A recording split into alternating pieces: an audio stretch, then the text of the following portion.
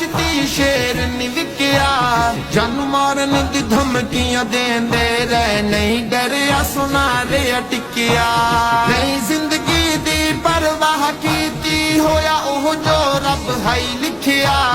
उथे बातिल झट नहीं रह सकदा जिथे चिश्ती सोटा छिकिया चिश्ती सोटा छिकिया गल हक दी करेंदा ए गल हक दी करेंदा ए ओ बूथा बातिल दा सोना भन छुड़ेंदा ए ओ बूथा बातिल दा सोना भन छुड़ेंदा ए